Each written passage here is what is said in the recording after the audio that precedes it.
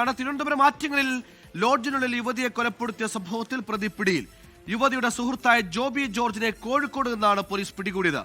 മദ്യക്കുപ്പി കൊണ്ട് യുവതിയെ കുത്തി കൊലപ്പെടുത്തുകയായിരുന്നു. വിവാഹിതയാണ് കൊല്ലപ്പെട്ട ആസ്മിന. കൊലപാതക കാരണം അവ്യക്തമായി തുടരുകയാണ്.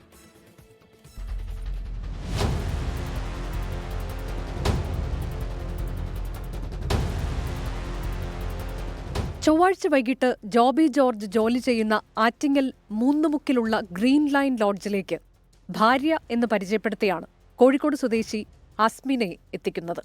രണ്ടുപേരും രാത്രി ഒരു മുറിയിൽ താമസിച്ചു. രാവിലെ ഇരുവരെയും കാണാത്തതിനെ തുടർന്ന് ജീവനക്കാർ മുറി തുറന്ന് പരിശോധിച്ചപ്പോഴാണ് കൊലപാതക വിവരം പുറത്തറിഞ്ഞത്. കൊലപാതക ശേഷം പുലർച്ചെ 4 മണിക്ക് ജോബി ഹോട്ടലിൽ നിന്ന് പോകുന്ന CCTV ദൃശ്യം നിർണായകമായി.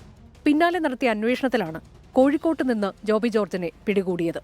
മദ്യക്കുപ്പി പൊട്ടിച്ച് ആസ്മിനയെ ദേഹമാസകലം കുത്തിക്കൊലപ്പെടുത്തിയെന്നാണ് പോലീസ് കണ്ടെത്തൽ.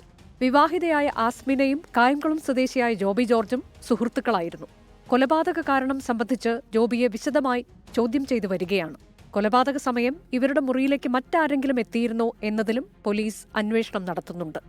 24 തിരുവനന്തപുരം. ലോകത്തെവിടെയായാലും ഏത് സമയത്തും 24 വാർത്തകളും ഓഗ്മെന്റഡ് റിയാലിറ്റി പാക്കേജുകളും എക്സ്പ്ലെയിനറുകളും വിശദമായി കാണാൻ ഞങ്ങളുടെ യൂട്യൂബ് ചാനൽ നിങ്ങൾക്ക് സബ്സ്ക്രൈബ് ചെയ്യാം.